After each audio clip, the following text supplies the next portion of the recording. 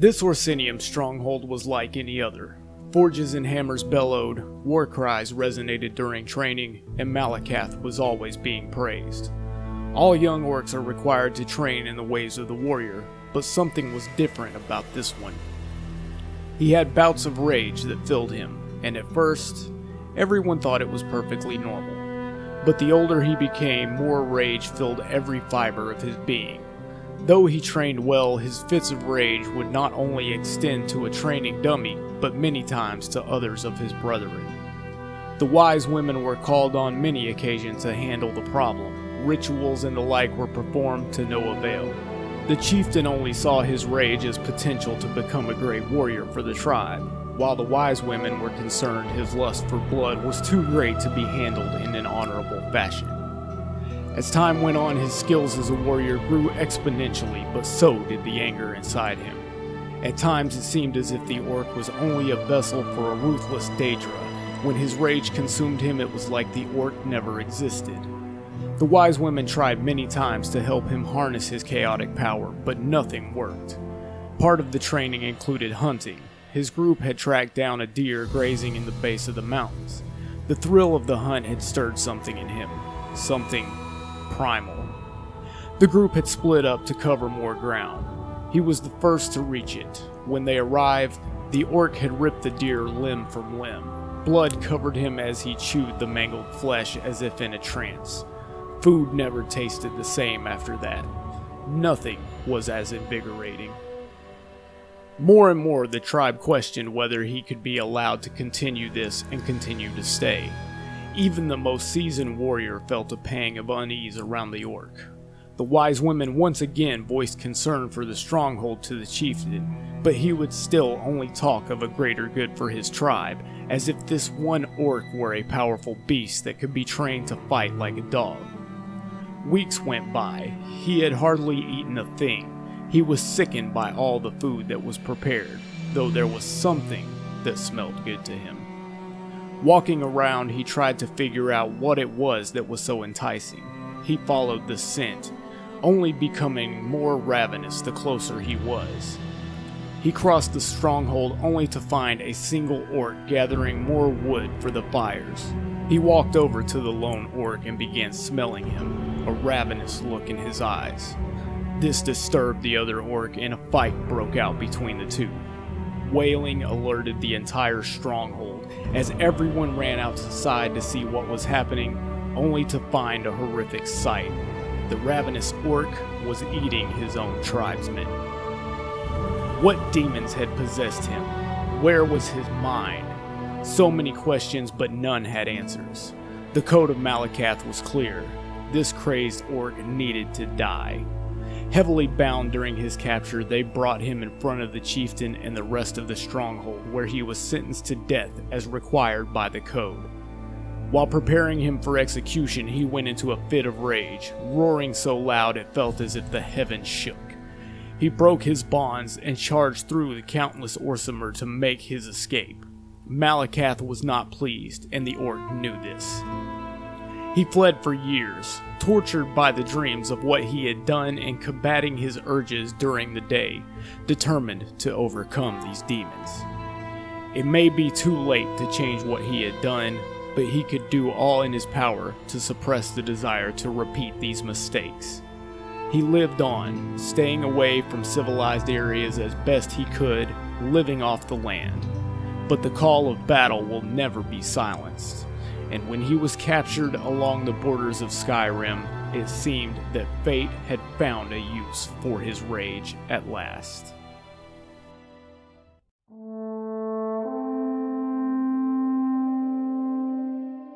Duality defines the Berserker. Dark and twisted though his past may be, at his core he seeks to find some redemption for his past and the vile things he is capable of doing.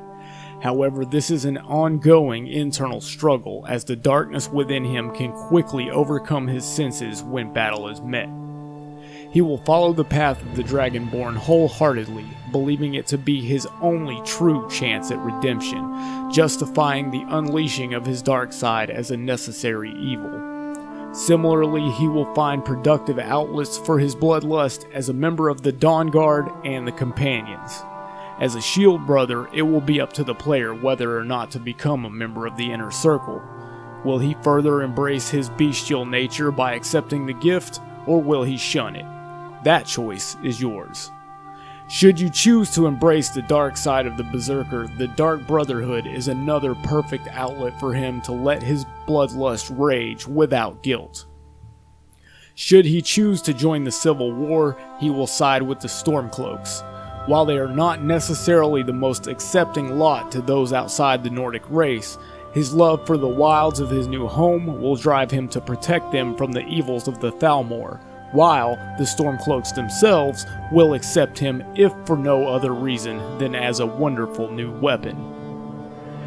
The Berserker has at least a basic skill in archery, surviving in the wilds forcing him to learn the arts of range. But he will never be a master. His true skill in combat lies in the thick of battle, the crunch of bone, the severing of sinew, and the spray of blood. In battle, he can lose himself completely to his base instincts. Use of the Berserker Rage power alongside Disarm, Dismay, and Elemental Fury shouts make him a formidable opponent. And when things get rough and no other options remain to him, he can let all reservations go in favor of survival and feed off of his enemies' corpses to sustain his life. No tricks, no spells, just pure brute force is where he is at his best.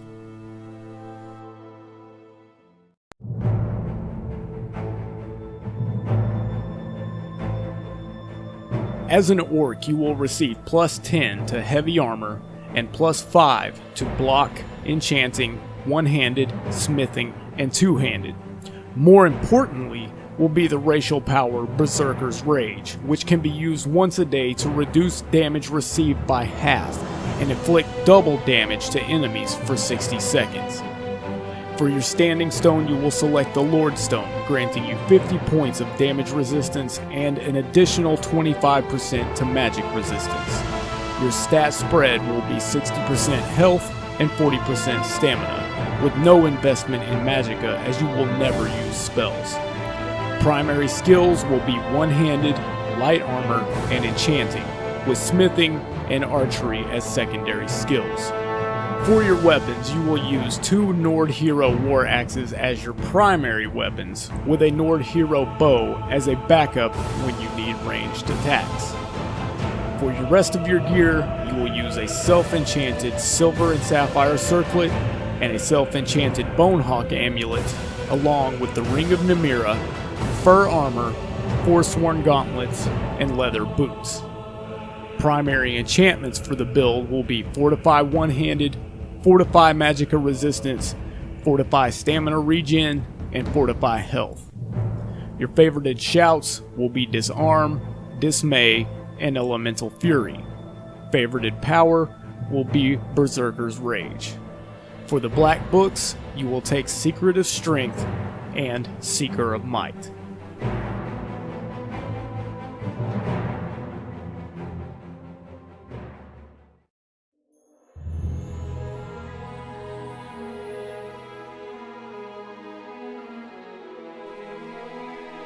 In one-handed, you will take 5 points in Armsman, making one-handed weapons deal 100% more damage. 2 points in Dual Flurry, making dual-wielding attacks 35% faster. Dual Savagery, causing dual-wielding power attacks to deal 50% more damage. Fighting Stance, making power attacks with one-handed weapons cost 20% less stamina. Savage Strike, causing standing power attacks to deal 25% more damage with a chance to decapitate. Critical Charge, allowing you to do a one-handed power attack while sprinting, dealing double damage. And Paralyzing Strike, causing backwards power attacks to have a 25% chance to paralyze enemies. In light armor, you will take 5 points in Agile Defender, increasing your armor rating for light armor by 100%. Custom Fit, which allows 25% armor bonus for wearing all light armor, and Unhindered, causing light armor to weigh nothing and no longer slows you down when worn. While you will not benefit from custom fit, it is required to access unhindered. In enchanting, you will take 5 points in Enchanter, causing new enchantments to be 100% stronger. Insightful Enchanter, making skill enchantments on armor 25% stronger. Corpus Enchanter, making health, stamina, and magicka enchantments on armor 25% stronger. And Extra Effect, allowing you to place 2 enchantments on any single piece of gear. In smithing, you will take steel smithing, allowing you to craft steel gear and improve it twice as much, and arcane blacksmith, allowing you to improve already enchanted armor and weapons. And finally, in archery, you will take 5 points in overdraw, causing bows to do 100% more damage.